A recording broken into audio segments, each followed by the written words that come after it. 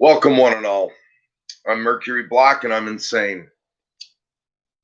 Lunatic Patrol tonight at 9 p.m. Eastern Standard Time.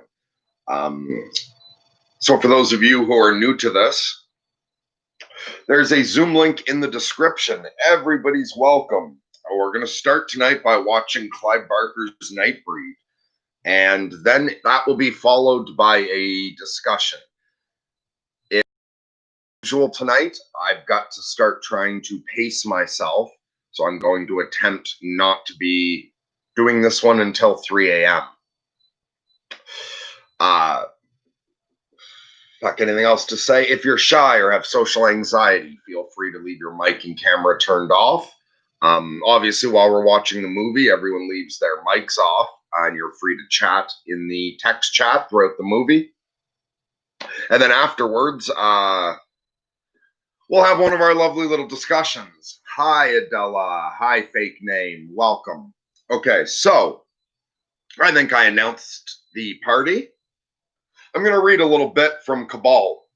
Cabal the Nightbreed, Clive Barker's book that tonight's film's based on. I didn't prepare, so let's just see.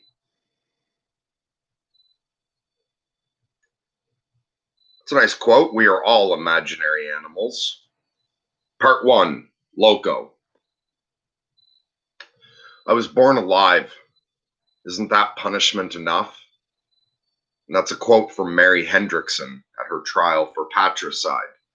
Oh, now we've got this nice fucking picture by Clive Barker. He did all the art in this book himself. 1. The truth. Of all the rash and midnight promises made in the name of love, none, Boone now knew, was more certain to be broken than I'll never leave you.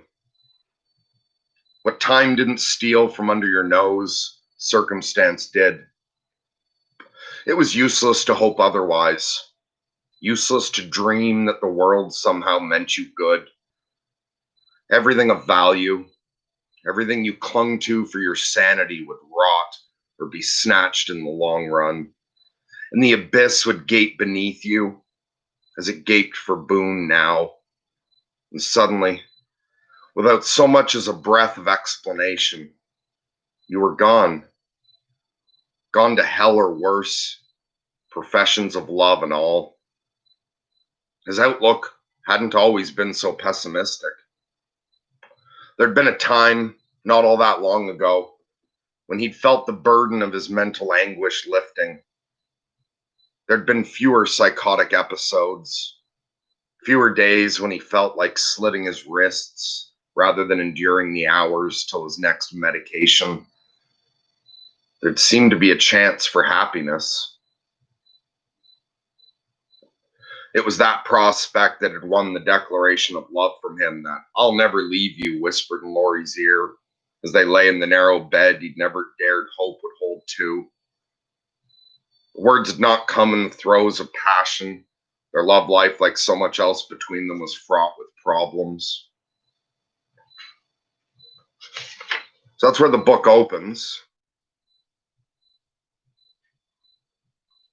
Let's jump ahead a little bit here.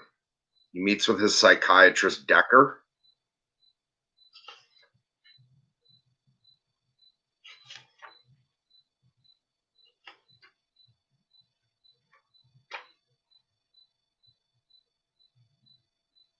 Okay.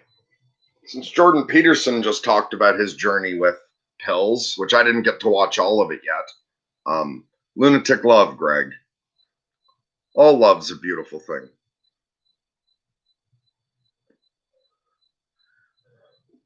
So Decker had prescribed pills to Boone.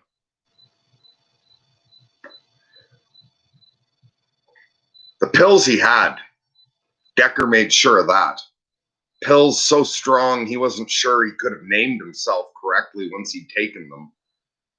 Pills that made sleep easy and waking a visit to a half-life he was happy to escape from. pills that within 24 hours he was addicted to. Decker's word was good. When he asked for more, they were supplied, and under their soporific influence, they went back to the business of the evidence.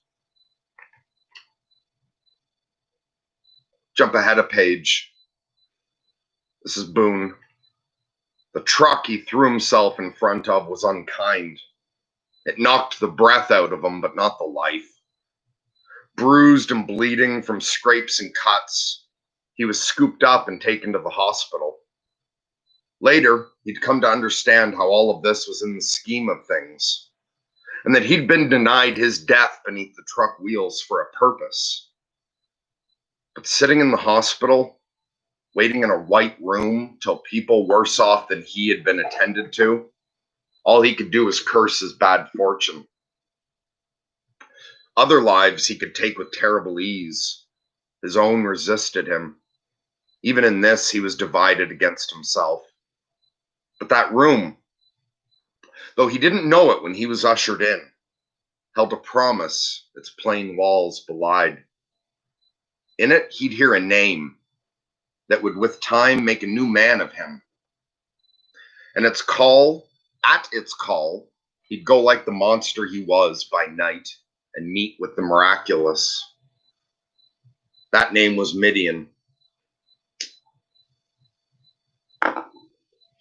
It and he had much in common, not least that they shared the power to make promises. But while his avows of eternal love had proved hollow in a matter of weeks, Midian made promises, midnight like his own, deepest midnight, that even death could not break. In the years of his illness, in and out of mental wards and hospices, Boone had met very few fellow sufferers who didn't cleave to some talisman, some sign or keepsake to stand guard at the gates of their heads and hearts. He'd learned quickly not to despise such charms. Whatever gets you through the night was an axiom he understood from hard experience. Most of these safeguards against chaos were personal to those that wielded them. Trinkets, keys, books and photographs, mementos of good times, treasured as defense against the bad. But some belonged to the collective mind. They were words he would hear more than once. Nonsense rhymes whose rhythm kept the pain away. Names of gods. Amongst them, Midian. He'd heard the name of that place spoken maybe half a dozen times by people he'd met on the way through. Usually those whose strength was all burned up. When they called on Midian, it was as a place of refuge, a place to be carried away to, and more, a place where whatever sins they'd committed, real or imaginary, would be forgiven them. Boone didn't know the origins of this mythology, nor had he ever been interested enough to inquire. He had not been in need of forgiveness, or so he thought. Now he knew better. He had plenty to seek cleansing of. Obscenities his mind had kept from him until Decker brought them to light, which no agency he knew could lift from him. He had joined another class of creature. Wagwan Ben, Dartfield. Lunatic love is my saying. I'm the lunatic. I'm insane. I'm bipolar type 1 with psychotic features. And so I often say to people, lunatic love. That means love from me. Love from the monsters. Back to the book. Midian called. Locked up in his misery, he'd not been aware that someone else now shared the white room with him until he heard the rasping voice, Midian. He thought at first it was another voice from the past, like Laurie's. But when it came again, it was not at his shoulder, as hers has been, but from across the room. He opened his eyes, the left lid gummy with blood from a cut on his temple, and looked towards the speaker. Another of the knights walking wounded, apparently. Brought in for mending and left to fend for himself until some patchwork could be done. He was sitting in a corner of the room furthest from the door, on which his wild eyes were fixed, as though at any moment his savior would step into view. It was virtually impossible to guess anything of his age or true appearance. Dirt and caked blood concealed both. I must look as bad or worse, Boone thought. He didn't much mind. People were always staring at him. Were the kind folks cross-eyed. But whereas he in his jeans and his scuffed boots and black t-shirt was just another nobody, there were some signs about the other man that marked him out. The long coat he wore had a monkish severity to it. His gray hair, pulled back tight on his scalp, hung to the middle of his back in a plaited ponytail. There was jewelry at his neck, almost hidden by his high collar. And on his thumbs, 2 artificial nails that looked to be silver, curled into hooks. Finally, there was that name rising from the man again. "Will you take me?" he asked softly. "Take me to Midian?" His eyes had not left the door for an instant. It seemed he was oblivious of Boone, until without warning he turned his wounded head and spat across the room. The blood-marbled phlegm hit the floor at Boone's feet. "Get the fuck out of here," he said. "You're keeping them from me. They won't come while you're here." Boone was too wary to argue, and too bruised to get up. He let the man rant. "Get out," he said. "They won't show themselves to the likes of you. Don't you see that?" Boone put his head back and tried to keep the man's pain from invading him. "Shit," the other said. I've missed them. He stood up across to the window. Outside there was solid darkness. "They passed by," he murmured, suddenly plaintive. The next moment he was a yard from Boone, grinning through the dirt. "Got anything for the pain?" he wanted to know. "The nurse gave me something," Boone replied. The man spat again, not at Boone this time, but at the floor. "Drink, man," he said. "Have you got a drink?" "No." The grin evaporated instantly and the face began to crumple up as tears overtook him. He turned away from Boone, sobbing, his litany beginning again.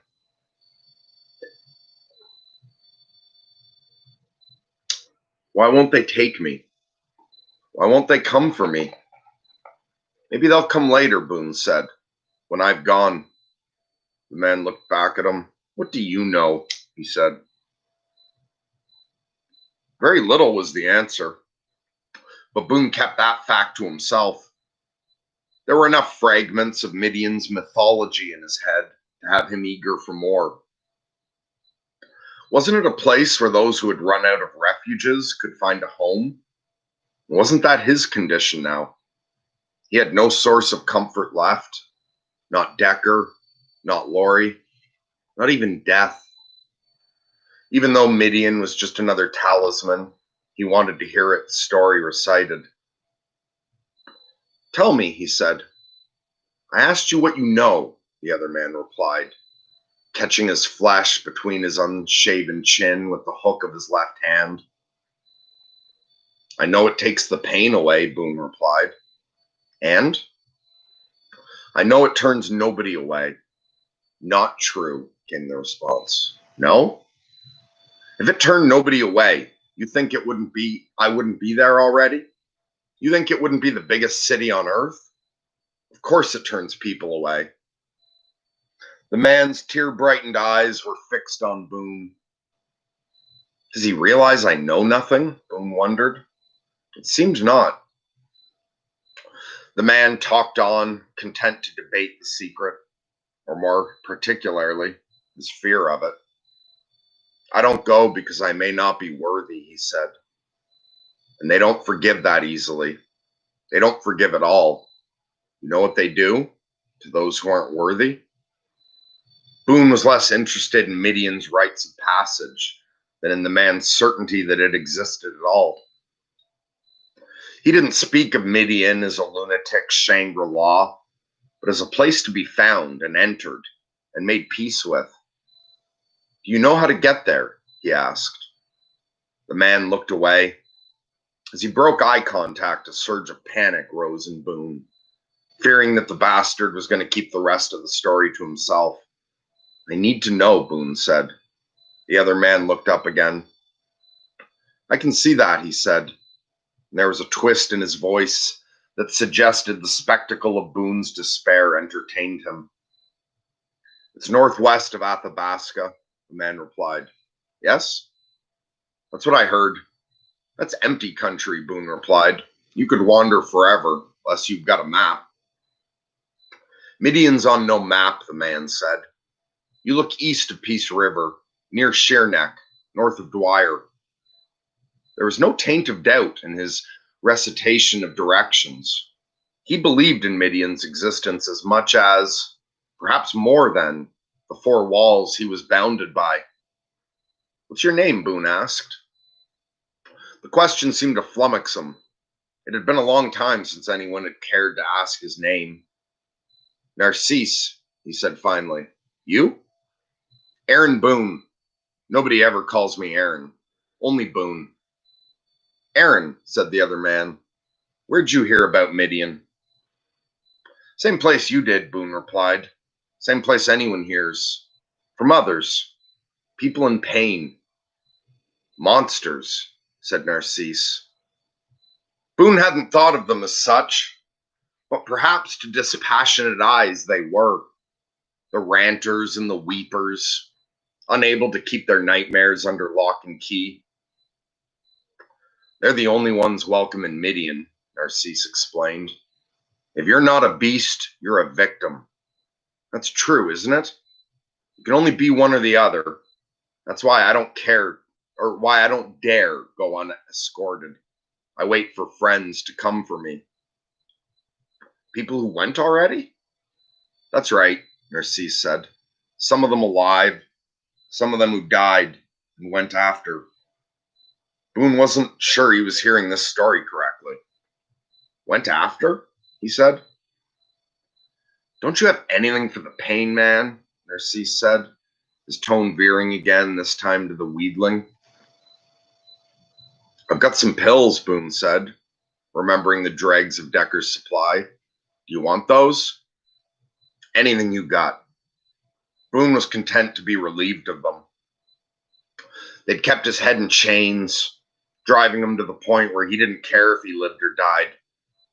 Now he did.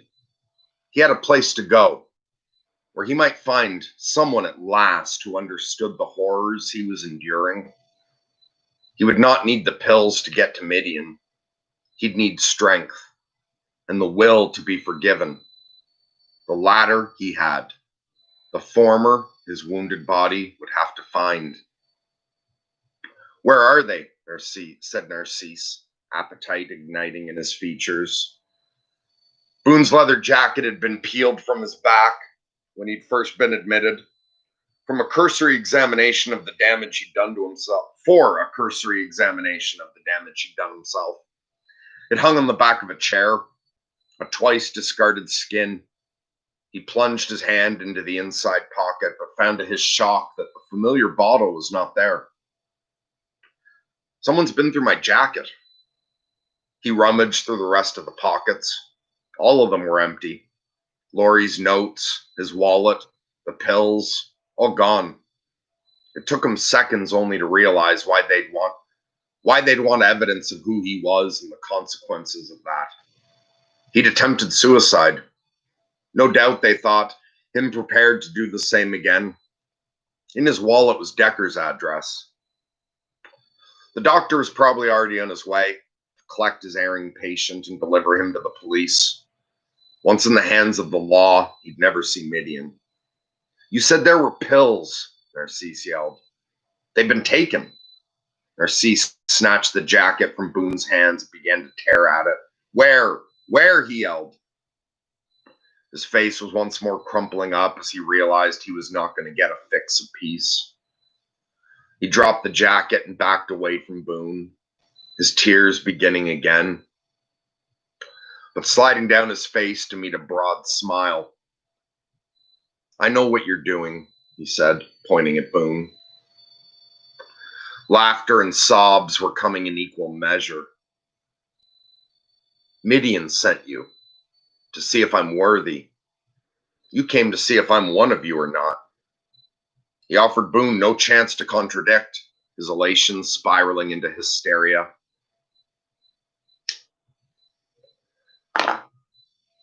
I'm sitting here praying for someone to come, begging, and you're here all the time, watching me shit myself, watching me shit. He laughed hard, then deadly serious. I never doubted, never once. I always knew somebody'd come. But I was expecting a face I recognized. Marvin, maybe? I should have known they'd send someone new. Stands to reason. And you saw, right? You heard. I'm not ashamed. They never made me ashamed. You ask anyone.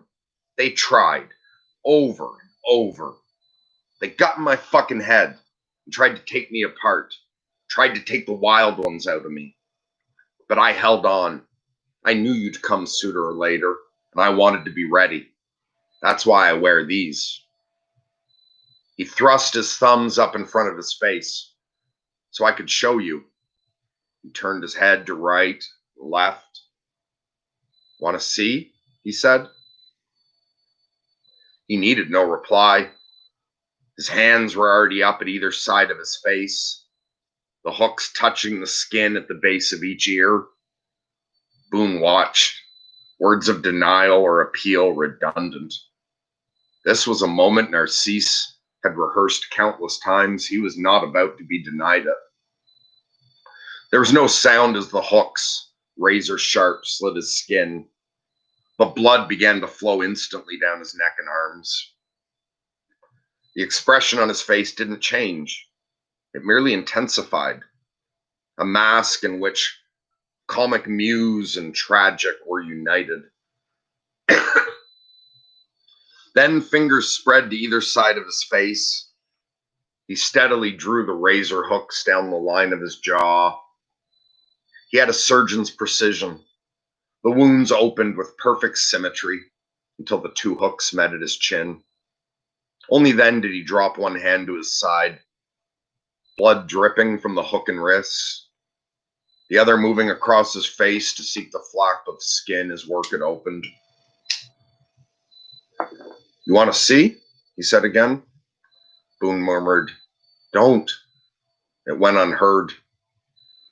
With a sharp upward jerk, Narcisse detached the mask of skin from the muscle beneath and beginning to tear, uncovering his true face.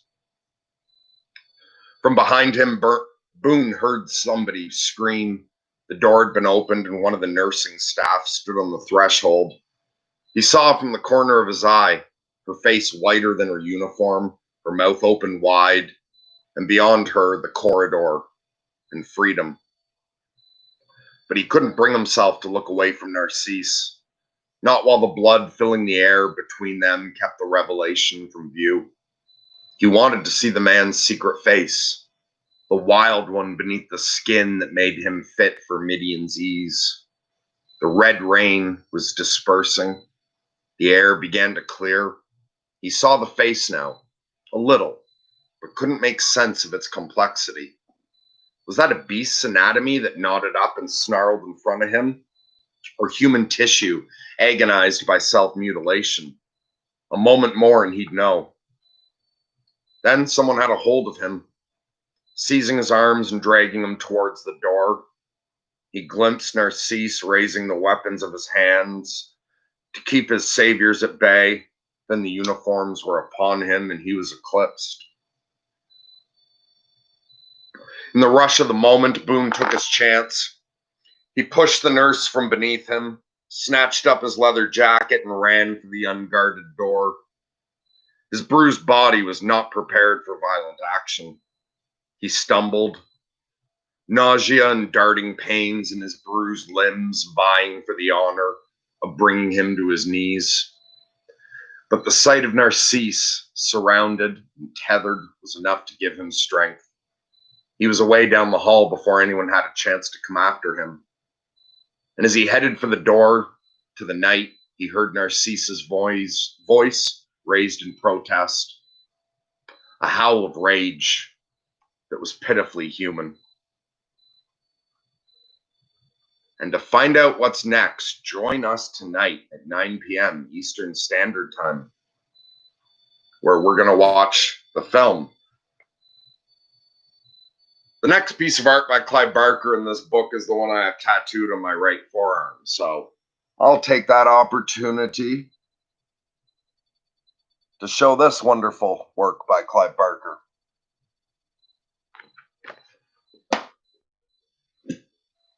Anyway, announcement done.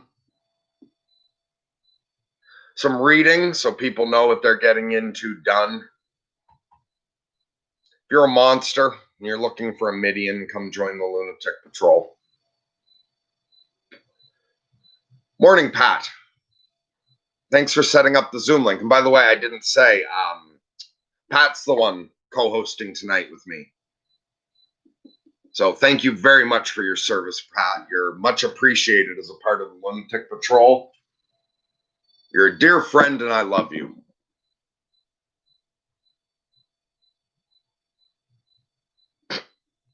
Oh, Grizz was here watching me shit myself, but missed the early grunting.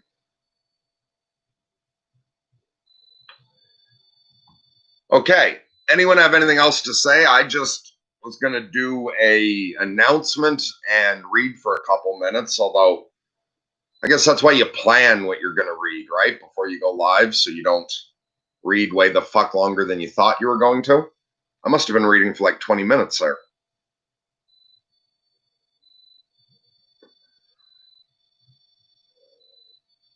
Anyway, the reason we're watching Nightbreed tonight, I'll ramble about that. I first got that book, Cabal the Nightbreed, like this exact copy. Fuck, I was young. Like young enough that if my parents knew what was in the book, I wouldn't have been reading it. Came out in 89, so I was 11 when it came out. Yeah, I think I bought this. I got this before I was in high school. I've read this book a bunch of times over my life. It's weird, the power of stories, what gets into you. And which way does it go? Is it the power of the story that gets into you that shapes your life?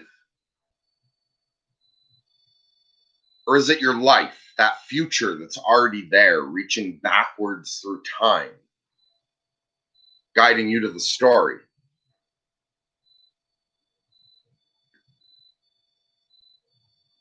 I don't know which it is. Or if it's both somehow, or neither.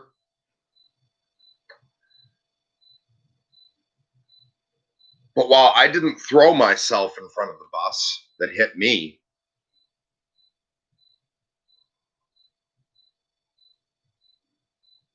that moment, mythically,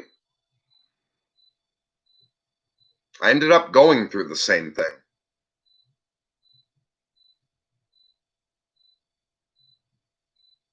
You know what? I was probably about 13 when I got the book for the first time.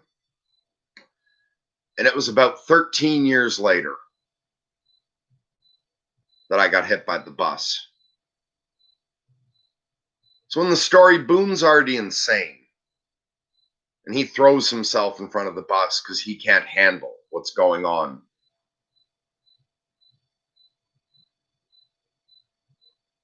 Sorry, he threw himself in front of a truck.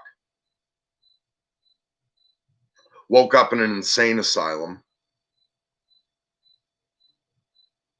And found that suddenly he was meant to be with the tribes of the moon. After that, for Boone, things aren't the same. So, spoiler, Narcisse, this isn't a story of just how Narcisse is delusional and ranting about Midian. Boone was in a world of human horror at the beginning of the book. That drove him to attempt suicide, try to escape the pain through death. And the truck that hit him launched him not into the afterlife, but into an insane asylum. And from there, reality changed. What Boone thought was real, and what Boone thought was fiction, weren't the same afterwards. And that's what happened to me too. Although I wasn't attempting suicide. It was like 4 a.m. I'd just gotten off a long shift overnight as a security guard.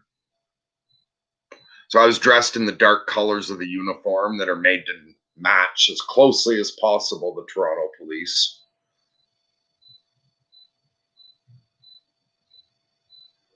I was crossing the street, and I had the light. I wasn't even fucking jaywalking. That's a bad street in Toronto. At the bad time of day, raining lightly. And the road dips down and goes, there's a bridge going over like train tracks or something. And so the road, I think, comes around a bit of a corner, dips under that, comes up, and there's the intersection.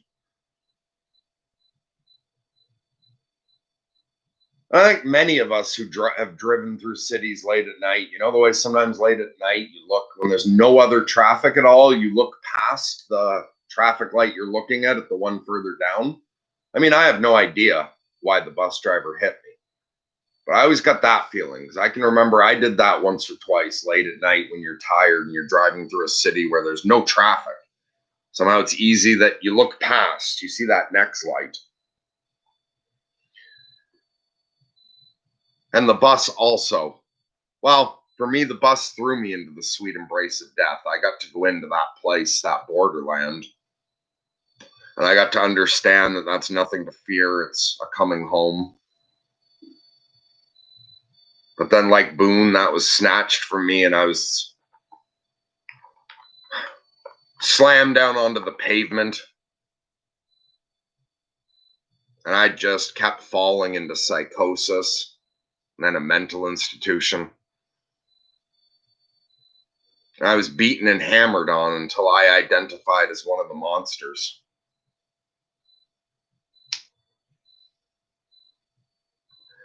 The refuge for me was in the wilderness, though, and in my imagination, or in the otherworldly things that some might frame as delusion.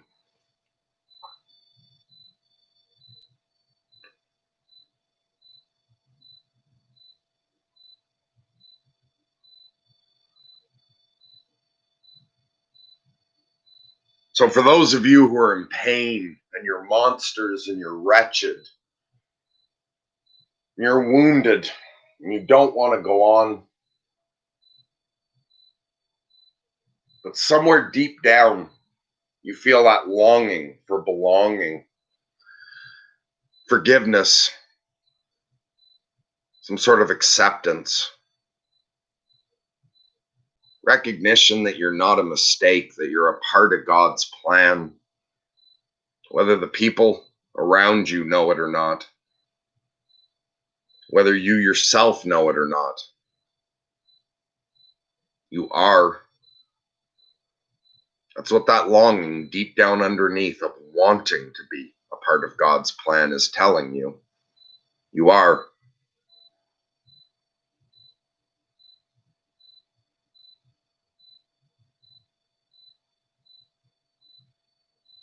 So the channel's established throughout its long history that you just work on sorting yourself out. You aim at the highest good you can conceive of, but if you're wretched and broken down, you start with one small thing.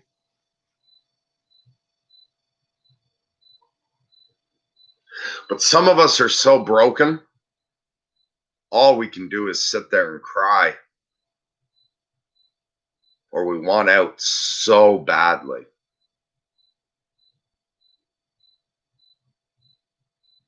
Death is sweet, but it's sacred.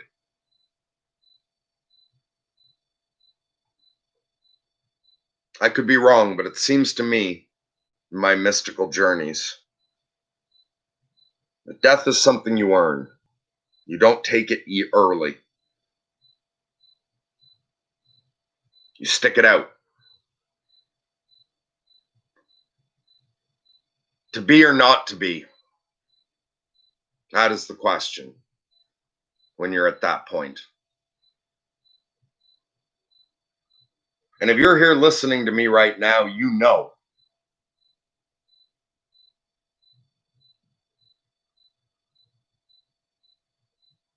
You know somewhere deep down, suicide's not the answer.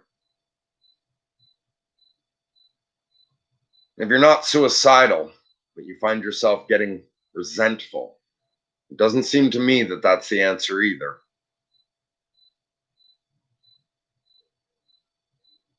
I don't give a shit about politics. I stand by Peterson's concept of self-authoring.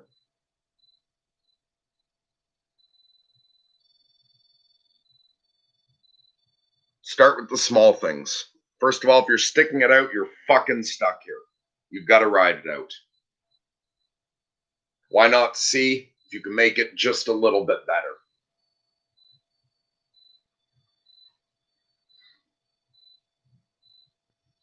And if before you can do that, what you need is a hug, and for someone to see you, for someone to listen,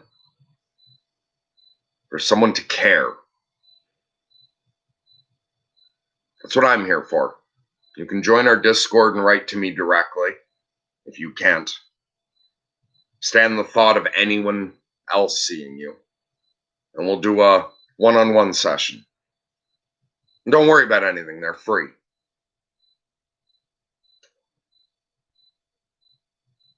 I'm doing it because I want to help, because I've been there, and because whoever the fuck you are, I love you. We're losing too many people.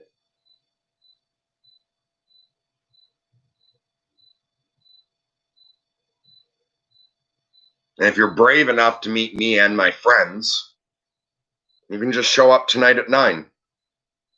You can leave your camera off and your mic off and just watch us from a distance. Wait till you're comfortable and then come talk to us. That's the idea of the whole Lunatic Patrol. We've got an amazing group of people here. And they're not going to look down on you, because they don't look down on me.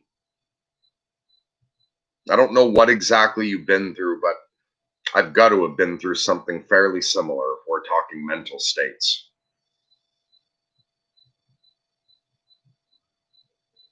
I've been down in the hells of suicidal depression so many times. I've had complete and total psychotic breaks. I've been in the hospital. I understand that desperation to get out. All those things wanting to freak out because you're locked up inside and trying to hold them down. Because it's not like jail where you've been told when you'll get out. You're in there until they say you think right. The more you scream or cry or fight it, the longer you're in there, and that's terrifying. Trying to hold it together.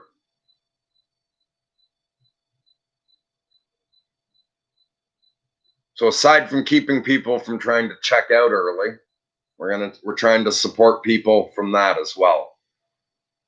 And I know the modern medical system isn't great in a lot of ways for people with mental illnesses. The system's doing the best it can. and it's overburdened, let's not put any more strain on it than we have to. And there's such good people working in the system and in the hospitals all over the place. I hope, if you're a lunatic like me, you've encountered some of those. But I've also seen the other ones, particularly the orderlies or whatnot, who are basically the police force inside. And again, some of them are fucking great. I know the way some of them don't look at you like you're human. They look at you like you're livestock and you're a burden. Subhuman. There's no compassion.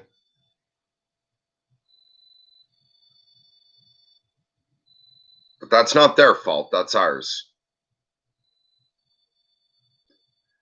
We overwork them. The system's all fucked up. It's a hard job to begin with. And since society doesn't know what to do with the bipolar and the schizophrenic, there's a lot of friction. And we're doing our best, and we don't mean to, but when we fall apart, that's hard to deal with. So if you're one of those people who's had an orderly deal with you in a way like that, don't blame them. Let's take responsibility for ourselves.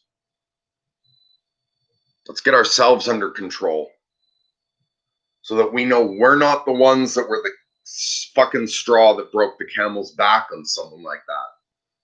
Because it's got to be hard to do that fucking job with the way some of us behave in there. Working long hours. And it's also just hard to see the pain we're in. Even those of us who aren't needing to be strapped down. Those of us who just sit in the corner crying. It's heartbreaking. We ask those orderlies or security guards or nurses and doctors to go in there day after day. And so some of them, the only way they can do the job is to harden their hearts. We did that. All of us. Both sides of the desk. Both sides of the padded door.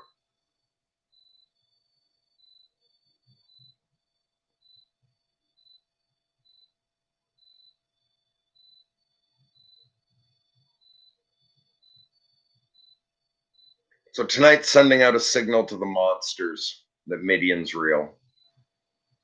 And I mean, that's not all we're here for. It's sorting myself out. I'm starting at or Lunatic Patrol. We're also here for those of you that are really well sorted, but looking to keep improving.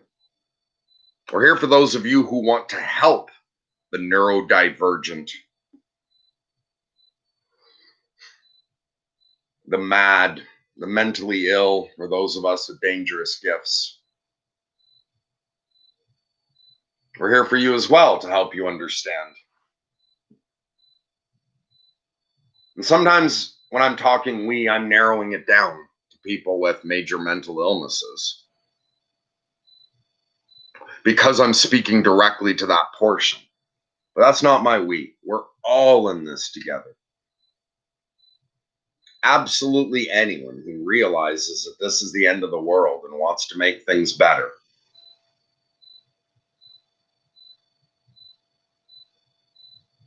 Join us. And if you're in the majority where you're somewhere in between, not exactly sane maybe, but not insane, not exactly sordid, certainly not unsorted.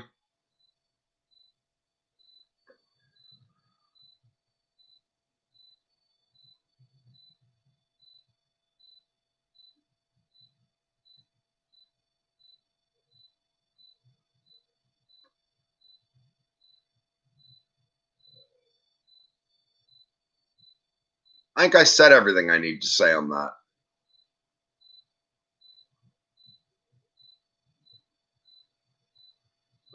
people want to change the discussion, feel free to write something in the chat. I can stick around a while, or we can wrap this up now and see each other, those of you who wish to join tonight.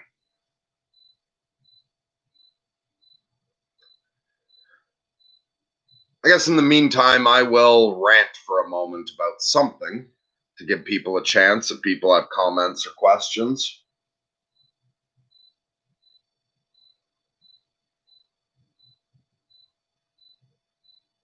I made it through that last breakdown.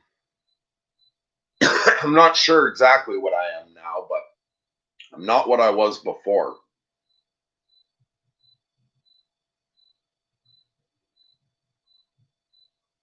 This morning was a rough one, often after phoenixing. As much strength as there is in that moment of emergence. Oh, sometimes the morning after that is rough. I awoke with a heavy heart and badly wanted out.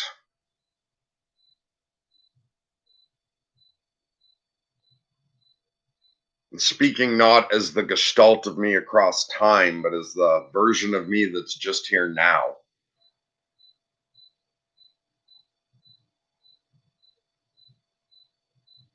That was my first time waking up like that. And it wasn't even that heavy compared to some of what the former me's have dealt with.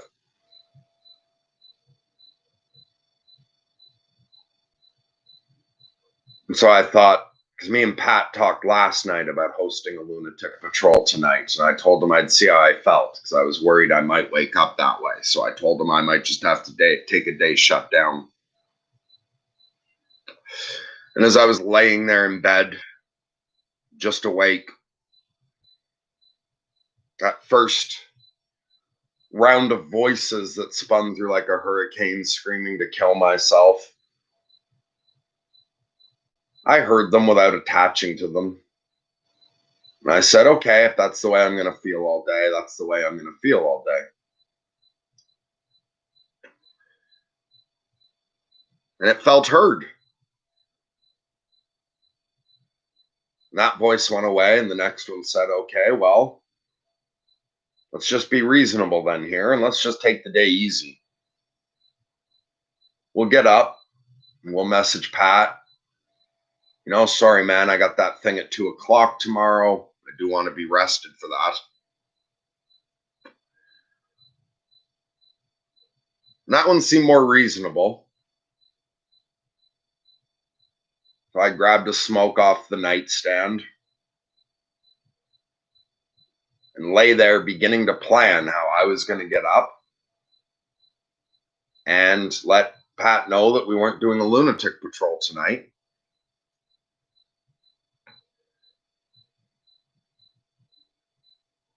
And then something deeper said, no.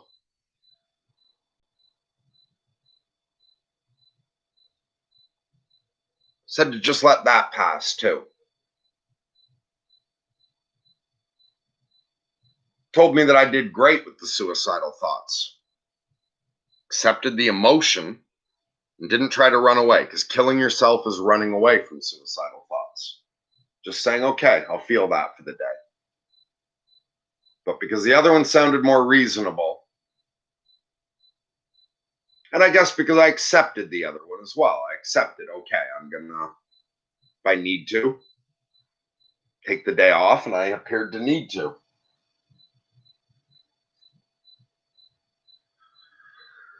And I said to that voice,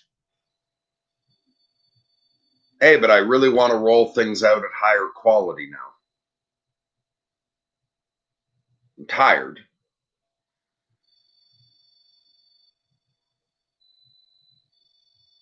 So we decided that I'll take the day easy.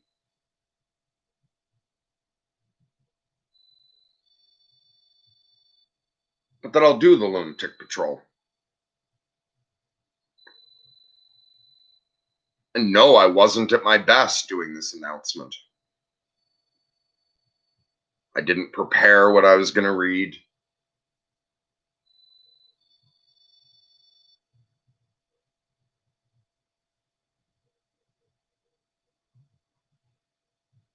But somehow for today, that's okay. I'll try to do better in the future with everything. But for today, me doing better is me showing up. Once the thumbnail for this live stream was made, and I'd posted it, I was just waiting, giving myself a bit of a countdown so I could just have a coffee and clear my mind for the 10 or 15 minutes till it was time to go live. I found I started to look forward to it. It'll be nice.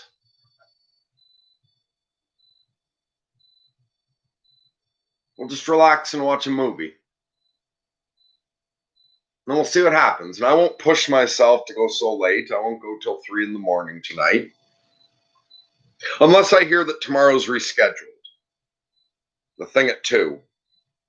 If I hear that that gets rescheduled so that I can just sleep as late as I want tomorrow, then I'll stick it out as late as happens, the way I usually do.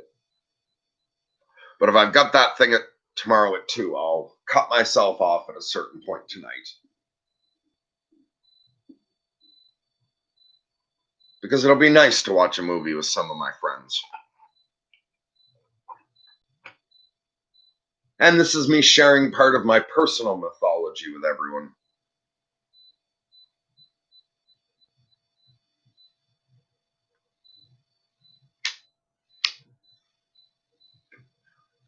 Another member of the team's shown up. Hey, Shane, or did you say?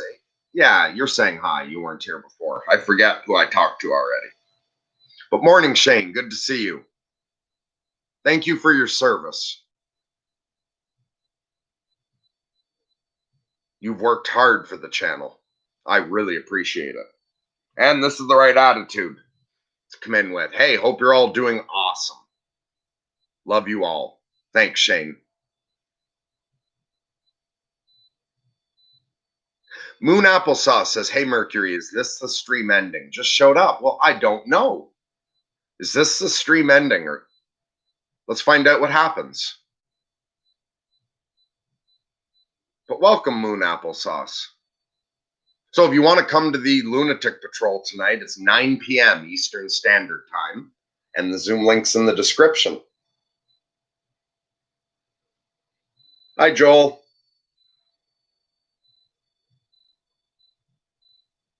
All right, so I don't know if this is the end or not of this stream, but my bladder says it's a break.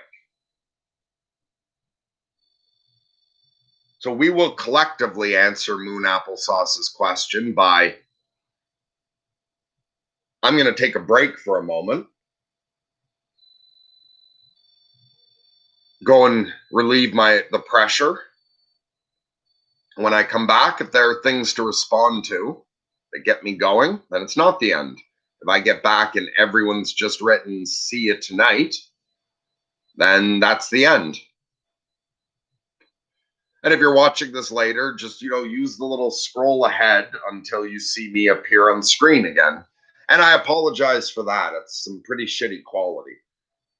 Once we can get me a proper computer, I'm going to start having that I can play music or some sort of video clips or some shit when I've got to take a break on these long streams. Because this is pathetic quality, but hey, I really don't know what the fuck I'm doing as a YouTuber. I barely know how to use my computer. Well, I'm doing the best I can. I'll be back momentarily to find out, is this the end?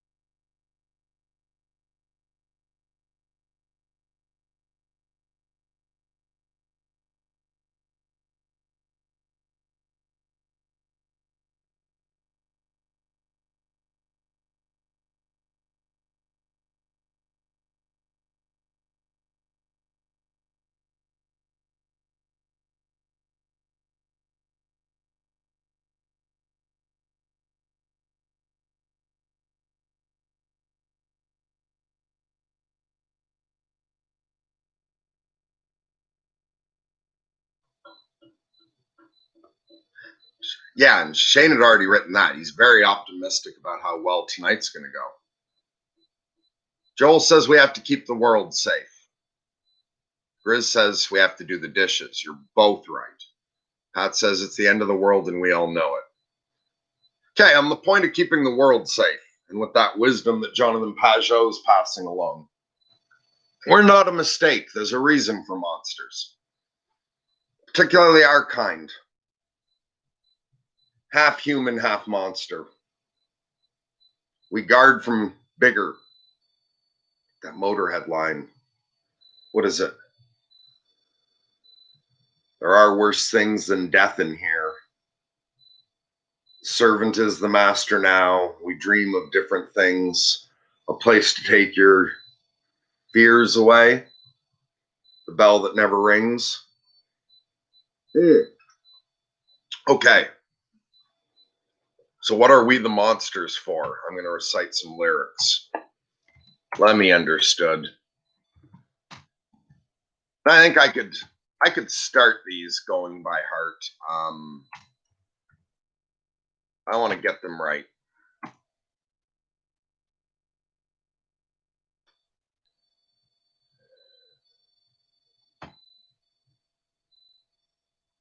I'm going to read the lyrics as they are.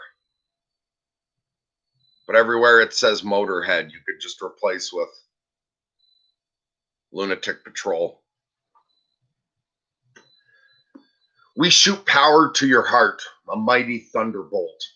We charge all batteries, we save your soul. We don't know when we're licked, but we turn lead to gold. We know alchemy. We bring you rock and roll. We are the ones you love, or we're the ones you hate. We are the ones always too early or too late. We are the first, and we just still might be the last. We are Motorhead, born to kick your ass. We bring the firestorm to brighten up your life. We mend all broken hearts, we cure all pain. We bring you attitude and razor teeth to bite. We bring machine gun law, and we're the ones to blame. We are the ones you need, the ones that you despise. We are the ones that want to poke you in the eye. We are the future, baby. Used to be the past. We are Motorhead, and we don't have no class. We bring you UFOs, saucers in the sky. We shoot you full of noise, we aim to kill. We burn like motherfuckers, spit right in your eye. We fight authority, we glorify free will. We are the ones you've heard of, but ones you've never heard. We are electric prophets here to twist the world. We are the flame at night, the fire in the trash. We are Motorhead.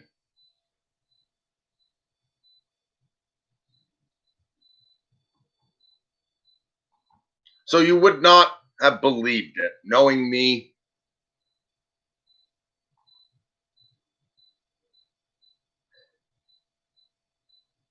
Back in 2006, you could have seen me on 666, June 6, 2006, in an asylum, arguing with a doctor that was bluffing me that she could give me electroshock therapy against my will. Turns out she needed my parents' permission. And unbeknownst to me, because I could not make a phone call, they were not authorized to give me electroshock therapy. But they knew that I didn't know that. And they used that as a stick. And the fucked up thing was, what they wanted to hear from me is that God is not real, or that God does not talk to me.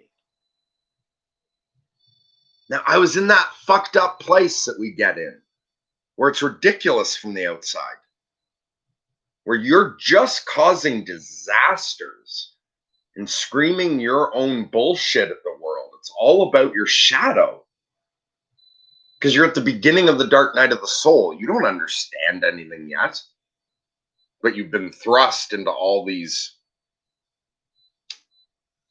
alternate dimensions. So you're running around screaming that you work for God now. And doing horrible shit. So I was at that phase. Like, I'm not saying I was anything like I fucking am now. I was a fucking disaster.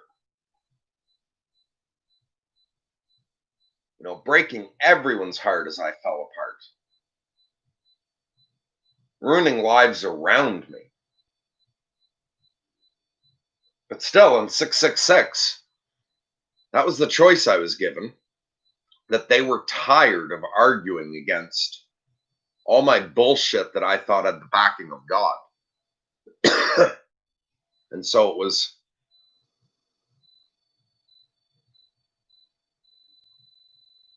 admit that God doesn't talk to you, or it's electroshock therapy.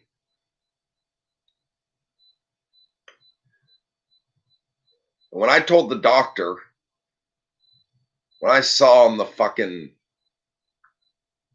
form, she's trying to get me to sign something. When I saw that it was June 6, 2006, and I was like, are you seriously telling me that I have to say God doesn't talk to me or you're going to electrocute me on 666? I don't know if is there any way, like, an adult in North America hasn't heard of 666? So I don't know if she was just being like trying to calm me down or whatever and was lying to me, or if she didn't know what 666 meant. But she told me that that was not an evil number and that I was just delusional. And then I fucking panicked. And I do remember running to once I was out of that fucking standoff with her, and I didn't back down. I said, 1, you're not giving me fucking electroshock therapy.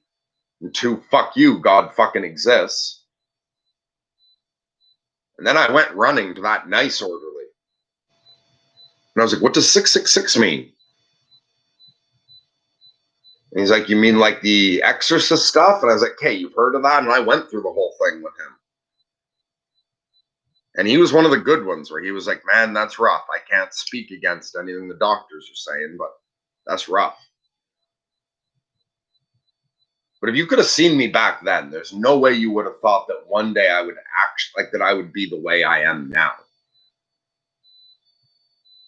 And I know it's a fine line to walk, because here I am again saying I talk to God. But the difference is you do the Peterson thing. And for me, it wasn't like Peterson wasn't famous back then. So it wasn't self-authoring that got me through. The Fates had this specific training in mind for me. And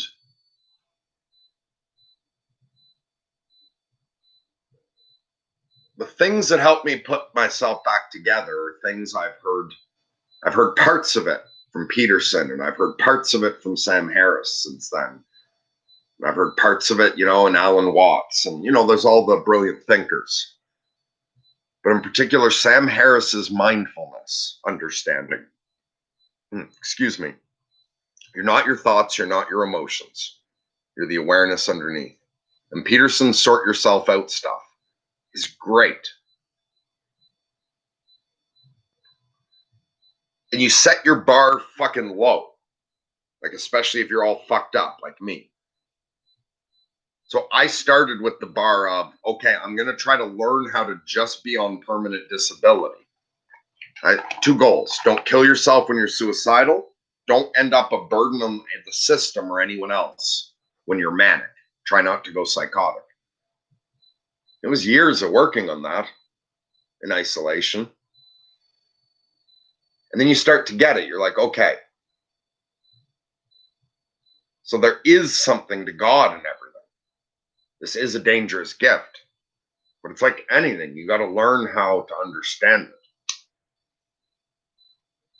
And because it's the places where thoughts and emotions are the stuff of reality in those dimensions. And there's energies that respond to our consciousness. And so if you go into that unsorted, like I'm not even saying when you go into the dark, like when you're plunged into hell unsorted, that you're not prepared to go to hell. And that's true as well. That's the weird fucking thing is when you sort yourself out, you're more prepared to go both directions. You're more prepared to get plunged into hell and deal with it and not be a problem for other people and not to mind it so much and not to stay any longer than you have to. The other thing is when you go into the light, you're more prepared. That's the importance of shadow work and mindfulness. It's the importance of that discipline you do to yourself. And tell the truth or you're never going to get out of that. The more chaotic things are, the more important it is to tell the truth.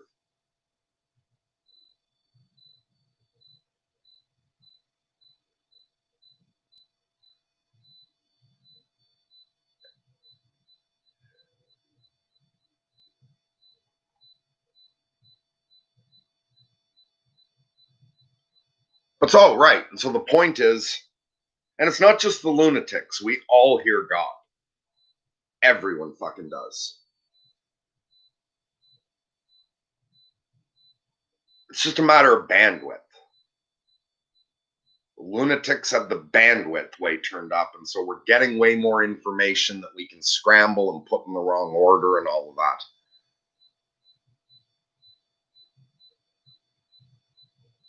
But everyone feels that conscience, except maybe certain sociopaths or whatever. I've never met anyone like that. So, maybe there's the exception. I shouldn't be using absolutes. But like Alan Watts says, sometimes you have to be hyperbolic. Like sometimes to make the middle point, you've got to state it in the other extreme.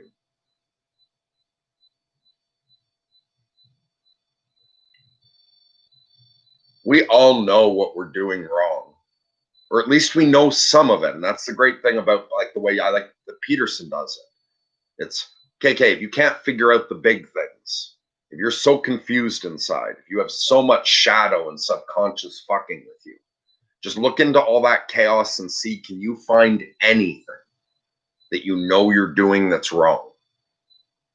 By your own standards, not someone else's.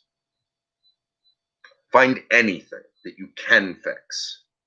And then if you're not willing to, if you're like, okay, I know I'm doing that wrong, I don't have the energy or the will to fix that yet, then look for something smaller.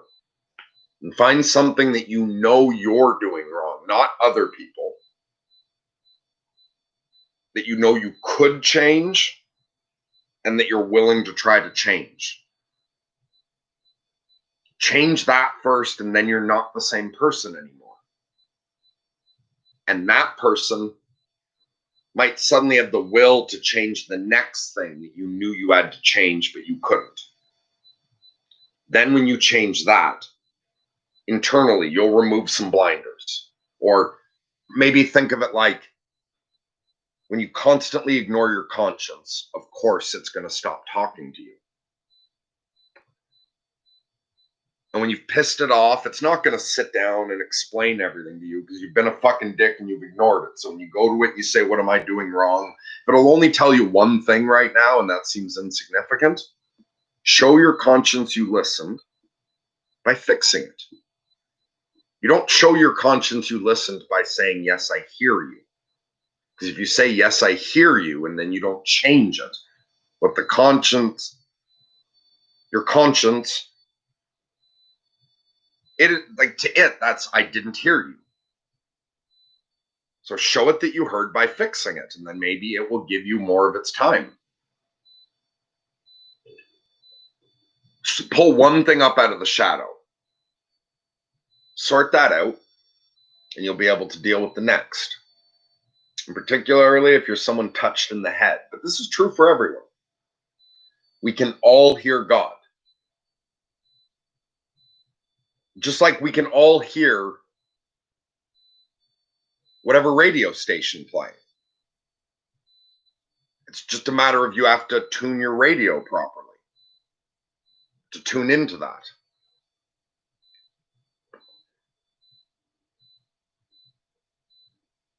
And the way to do that is to live the morality.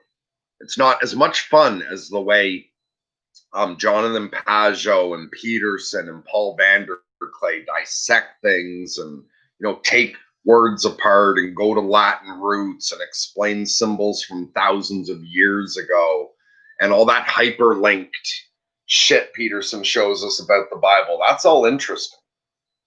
But it doesn't matter if you understand everything that everyone has ever written about God and you don't live any of it. And you don't need a high IQ to do to live it. It's that simple shit that seems too simple to be worth repeating, like one of the criticisms people had of Peterson.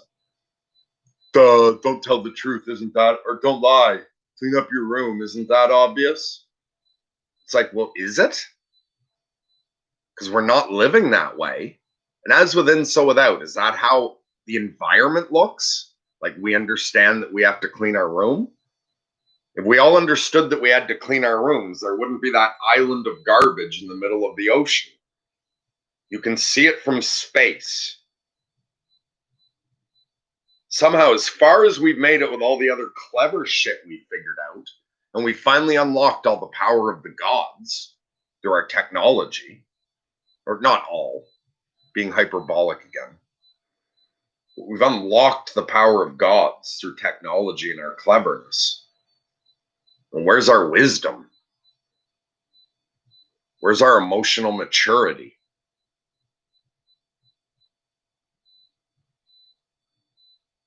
How are we showing God that we're taking proper care of anything down here right now? And why the fuck are we behaving this way?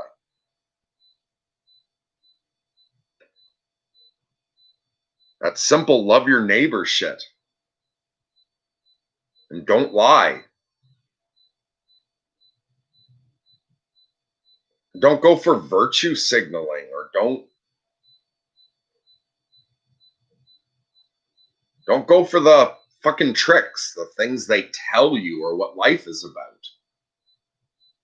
Keeping up with trends or impressing the neighbors or any of that shit.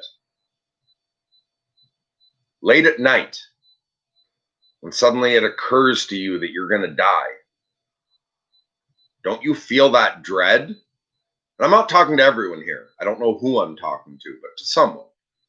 Don't you feel that dread? Of fuck. My job doesn't prepare me for death. It doesn't matter how much money's in my bank account. When I think of dying, I think of going home. And I look forward to the judgment of God.